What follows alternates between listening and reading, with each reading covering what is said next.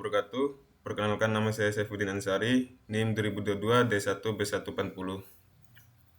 Di sini saya akan menjelaskan beberapa materi mata kuliah Teknik Bandar Udara. Yang pertama, transportasi udara memiliki peran yang sangat penting dalam mendukung mobilitas manusia, barang, dan jasa, baik di tingkat nasional maupun internasional. Berikut penjelasan perannya. Pertama, peran di ekonomi, yaitu mempercepat distribusi barang, sangat efektif sekali untuk mengangkut barang-barang bernilai tinggi, mudah rusak, atau membutuhkan waktu cepat, misalnya hasil perikanan, obat-obatan, suku cadang. Yang kedua, mendukung perdagangan internasional. Ini mempermudah ekspor dan impor barang antar negara dan lain-lain. Yang ketiga, meningkatkan investasi dan pariwisata. Aksesibilitas yang baik membuat daerah lebih menarik bagi investor dan wisatawan. Yang kedua, peran di sosial, mempercepat mobilitas manusia. Orang dapat berpindah tempat antar wilayah ataupun antar negara dalam waktu singkat, menghubungkan antar dua wilayah juga. Yang ketiga, meningkatkan interaksi budaya, mempertemukan masyarakat dari latar belakang berbeda-beda, memperkaya pertukaran budaya. Terus yang ketiga, peran politik dan strategis, menjaga keutuhan wilayah. Penerbangan domestik menjadi sarana penghubung antar wilayah, memperkuat integrasi nasional. Adapun seterusnya, dukungan militer dan pertahanan, diplomasi internasional. Selanjutnya yang keempat, peran dalam keadaan darurat, ada evakuasi dan bantuan bencana, ada penyelamatan jiwa. Yang kelima, peran lingkungan dan teknologi, ada 2 poin, mendorong inovasi teknologi. Yang kedua, transportasi ramah waktu. Selanjutnya, ini adalah unsur penunjang atau servicing sektor. Yang pertama, bandar udara, airport facilities. Ada landasan pacu, runway, taxiway, apron. Ada terminal penumpang dan terminal kargo, navigasi udara, ATC, radar, FIOR, ILS, dan lain-lain. Ada fasilitas keamanan dan keselamatan, firefighting, security check. Yang kedua, ground handling service, bagian check-in, boarding, bagasi, penyediaan catering pesawat, pengisian bahan bakar, perawatan ringan pesawat di darat. Yang ketiga, perawatan pesawat. Terus yang keempat, navigasi dan lalu lintas udara. Yang kelima, layanan penumpang dan kargo, tiket, reservasi dan customer service, freight forwarding atau ekspedisi udara, asuransi perjalanan dan kargo. Terus yang keenam, sumber daya manusia dan pendidikan, pilot training, ATC training, ground staff, dan cabin crew training. Yang ketujuh, regulasi dan administrasi. 1.2, pendorong promoting sektor. Pendorong promoting sektor ini ada beberapa yang dibahas. Yang pertama, sektor ekonomi dan perdagangan, kegiatan ekspor impor yang membutuhkan transportasi cepat, misalnya elektronik, obat-obatan, produk segar, sangat cepat dibutuhkan obat-obatan, apalagi obat-obatan. Yang kedua, distribusi barang bernilai tinggi dan time sensitif. Yang ketiga, pertumbuhan bisnis yang menuntun mobilitas tinggi. Yang kedua, ada sektor pariwisata, wisata domestik dan internasional, membuka akses dan ke destinasi terpencil. Yang ketiga, sektor sosial dan mobilitas penduduk, kebutuhan masyarakat cukup terpenuhi, meningkatkan interaksi antar budaya. Yang keempat, sektor politik dan pemerintah, kegiatan diplomasi internasional, upaya menjaga integrasi nasional di negara kepulauan dengan menghubungkan wilayah terpencil. Yang kelima, sektor pertahanan dan keamanan, ada kebutuhan mobilitas, transportasi udara strategis. Keenam, ada sektor pendidikan dan teknologi, pertukaran pelajar riset internasional, perkembangan teknologi, transportasi mendorong efisiensi dan kenyamanan sehingga makin banyak masyarakat memilih pesawat. Selanjutnya ada sektor bencana dan keamanan, evakuasi korban bencana alam, distribusi bantuan kemanusiaan internasional. Adapun unsur pertahanan keamanan, 1. Pertahanan. Berhubungan dengan upaya menjaga kedaulatan negara melalui udara, ada namanya TNI Angkatan Udara. Bertugas menjaga wilayah udara dari ancaman asing. Ada pesawat militer untuk patroli, radar dan sistem pertahanan udara mendeteksi pesawat asing, kerjasama pertahanan nasional, latihan gabungan dengan negara-negara lain. Terus yang kedua, keamanan security sektor, berkaitan dengan keselamatan penerbangan sipil dan di ancaman kriminal maupun terorisme. Adapun poin-poinnya itu pengawasan bandara. Pengawasan bandara ada pelaksanaan pemeriksaan penumpang, bagasi, dan kargo dengan X-ray, metal detector, canine unit. Terus ada Air Marshal Security Officer. Ini adalah pengamanan di dalam pesawat, terutama di penerbangan internasional, membutuhkan pengamanan tingkat tinggi. Terus yang ketiga, pengendalian akses area terbatas. Ini apron atau ruang kontrol dan gudang kargo. Penanggulangan ancaman terorisme seperti pembajakan pesawat, hijacking, sabotase, penyelundupan. Terus selanjutnya ada kerjasama internasional regulasi keamanan dari ICAO, IATA, dan otoritas penerbangan tiap negara. Yang ketiga, dukungan dalam kondisi darurat.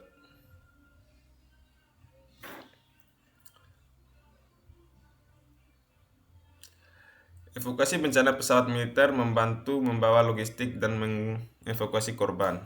Operasi SAR, Search and Rescue, helikopter atau pesawat pencari korban kecelakaan tenggelam. Dan distribusi bantuan kemanusiaan dalam negeri maupun internasional. Sasaran. Yang kedua ini jelaskan faktor-faktor yang mempengaruhi perkembangan angkutan tinjau dari pertama faktor ekonomi, ada pertumbuhan ekonomi, pendapatan masyarakat, infrastruktur. Yang kedua faktor sosial dan demografi. Yang ketiga faktor geografi dan wilayah, ini sangat berpengaruh nih. Terus ada faktor teknologi, inovasi kendaraan, sistem informasi dan digitalisasi, keamanan dan keselamatan. Ada faktor politik dan regulasi, ada faktor pertahanan dan keamanan, ada faktor lingkungan. 2.1 kondisi wilayah, letak geografis ini, apalagi negara Indonesia ini negara kepulauan, banyak pulau-pulau sehingga membutuhkan sekali yang namanya pesawat supaya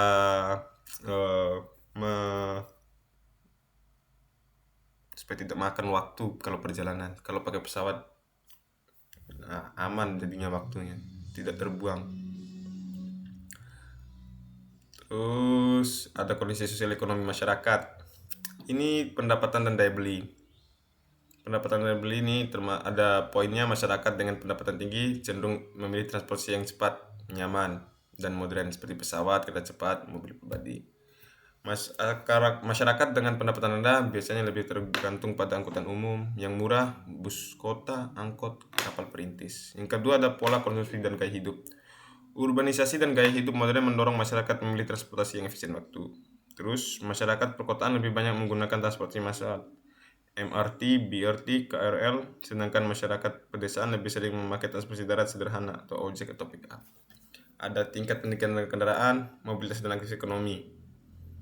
Kesenjangan sosial juga berpengaruh. Dan 2.3 ada kebijakan yang dikembangkan.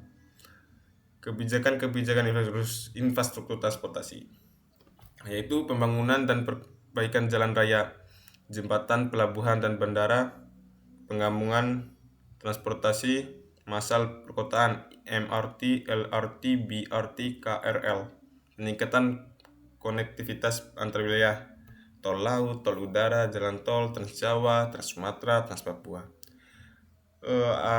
Kebijakan pelayanan dan keselamatan, standarisasi keamanan transportasi laut dan udara, sistem tiketing modern atau online.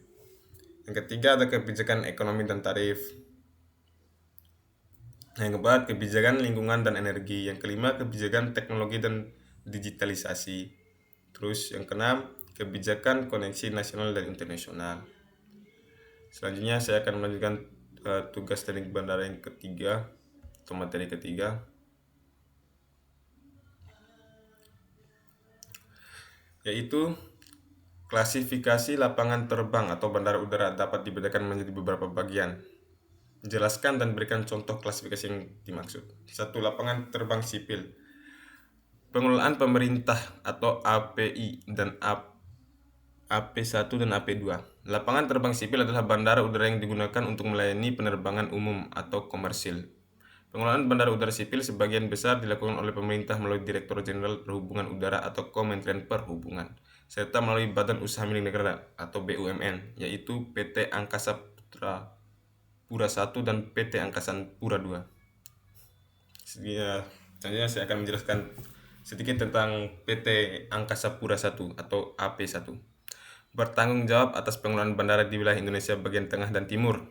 Bandara yang dikelola biasanya menjadi pintu gerbang utama kawasan pariwisata dan perdagangan di wilayah timur Indonesia. Contohnya bandara yang dikelola Bandara Internasional I Gusti Ngurah Rai Bali, Bandara Internasional Juanda Surabaya, Bandara Sultan Hasanuddin Makassar, dan Bandara El Tari Kupang. Terus PT Angkasa Pura II mengelola bandara di wilayah Indonesia bagian barat. Bandara yang dikelola AP2 umumnya melayani penerbangan internasional dengan volume penumpang yang tinggi. Contohnya bandara yang dikelola Bandara Internasional Soekarno Hatta Jakarta, Bandara Internasional Kuala Lumpur Medan, Bandara Sultan Muhammad Baharudin II Palembang, dan Bandara Sultan Syarif Hasim II Pekanbaru. Bandara yang dikelola pemerintah atau AP umumnya memiliki fasilitas lengkap melayani penerbangan domestik maupun internasional serta menjadi pusat distribusi transportasi udara Indonesia. Yang kedua, lapangan terbang sipil atau pengelolaan swasta. Selain dikelola oleh pemerintah, terdapat pula bandara udara yang dikelola oleh swasta. Bandara sini biasanya dibangun untuk menjaga kebutuhan khusus seperti pariwisata, industri, pertambangan, atau kerjasama antar pemerintah dan swasta. Meskipun statusnya sipil, pengelolaannya tidak sepenuhnya di bawah pemerintah atau BUMN, melainkan dijalankan oleh perusahaan swasta dengan izin resmi dari pemerintah. Contohnya bandara yang dikelola swasta, Bandara Internasional Kertajati, Majalengka, Jawa Barat. Ada Bandara Pondok Cabe, Bandara Marinda, dan lain-lain. Terus ada lapangan terbang militer. Lapangan terbang militer ini adalah bandar udara yang digunakan khusus untuk kepentingan pertahanan dan keamanan negara, sehingga berada di bawah pengelolaan Tentara Nasional Indonesia Angkatan Udara atau TNI AU. Contoh lapangan terbang militer yaitu Lanut Halim Perdana Kusuma, Lanut Adi Sucipto, Lanut Iswahjudin Madiun. Bandara militer memiliki pengamanan yang ketat serta fasilitas yang berbeda dengan bandara sipil karena difokuskan pada operasi militer dan ketahanan dan keamanan. Kesimpulan, klasifikasi lapangan terbang atau bandar udara dapat dibagi menjadi 3 kategori utama, yaitu sipil pemerintah, AP1 dan AP2, melayani penerbangan komersil reguler dikelola oleh pemerintah BUMN.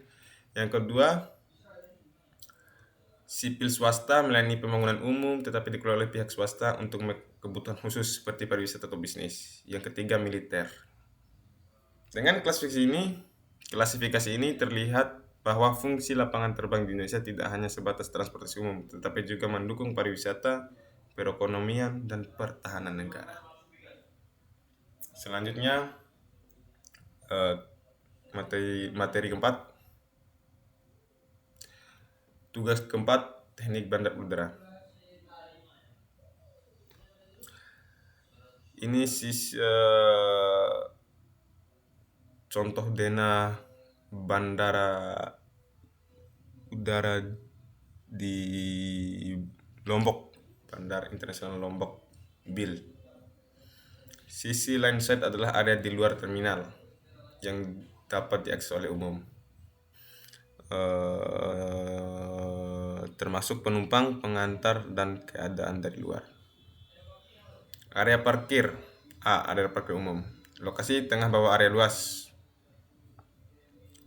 Mohon maaf karena gambarnya kurang jelas, tidak bisa dibaca notasi-notasinya, tanda-tandanya.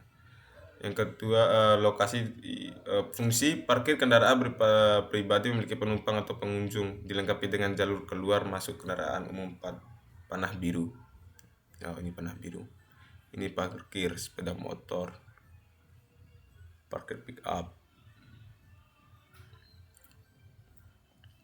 Ada tempat parkir sepeda motor, ada parkir pick up dan engkel, parkir land transportation, ada parkir mobil karyawan.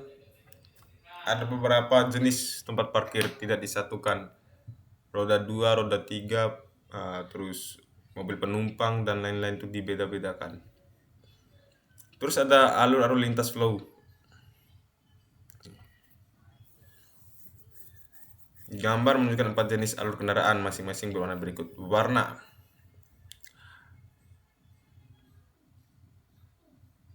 panah biru, kendaraan umum mobil pribadi. Warna biru itu kendaraan umum atau mobil pribadi, masuk dan keluar ke terminal dan parkir umum. Kuning, transportasi darat. Hijau, bus damri. Merah, sepeda motor, pickup atau engkel. Jalur menuju parkir khusus di sisi kiri. Ada jalur-jalur masing-masing dan tempat masing-masing. Yang ketiga, fasilitas umum utama terminal, yaitu terminal keberangkatan, lokasi tengah atas terminal. Yang kedua, terminal kedatangan, ada pick up land transportation, stand body damri, itu fasilitas. Terus B, sisi airshed atau sisi udara. Sisi airshed adalah area terbatas yang hanya bisa diakses oleh penumpang setelah pemeriksaan keamanan dan oleh staf bandara. Area ini mencakup apron atau runway tidak terlihat dan fasilitas pesawat. 1. Apron atau apron stands. Paling atas gambar berjejer. Fungsi area parkir pesawat saat naik turun penumpang dan berproses ground handling. Yang kedua ada GSA area atau ground support equipment. Fungsinya menyimpan peralatan pendukung operasional pesawat seperti CPU, ground power unit, traktor. Terus yang ketiga ada PCN, apron stand. Fungsinya area yang disesuaikan untuk menampung pesawat berdasarkan kekuatan struktur permukaan, PCN atau Pavement Classification Number. Yang ke-C, perbedaan landside vs airside dan airside. Kriteria dari segi akses. Sisi landside terbuka untuk umum. Sisi airside terbatas hanya penumpang dan staf bandara. Fungsi utama dari sisi landside, fasilitas penumpang sebelum boarding. Sisi airside, fasilitas pesawat dan boarding. Area parkir utama di bagian selang yang bisa dibaca sendiri. Terus materi kelima,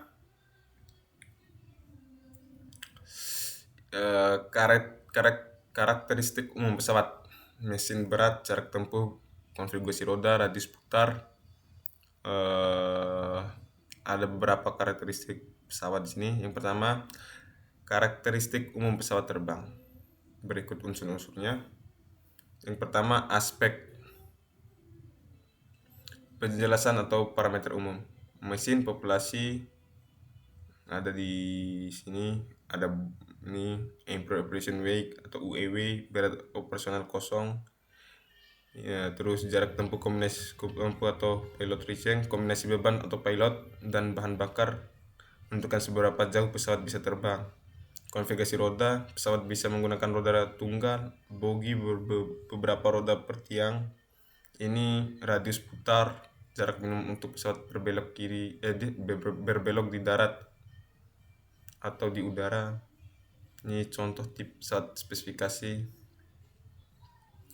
Boeing, kalau ini yang Boeing misalnya Boeing 737 Max, contohnya ringkas. Yang kedua Airbus, misalnya Airbus A320 Family.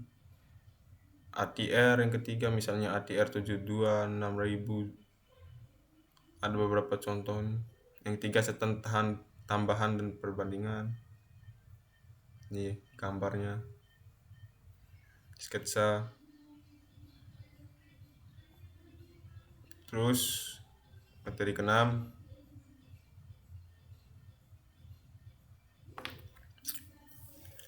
sisi airside udara, bandar udara. Komponen-komponen pada sisi udara atau airside. Yang pertama, sisi udara merupakan bagian dari bandar udara yang hanya boleh diakses oleh pesawat udara, kendaraan operasional bandara, dan petugas izin khusus. Area ini digunakan untuk operasi penerbangan seperti pendaratan, lepas landas, parkir pesawat, dan pergerakan di darat. Ya, poin-poinnya yang pertama, runway, landas pacu, tempat pesawat melakukan proses lepas landas. Ya. Poin yang kedua, taxiway atau jalur taksi.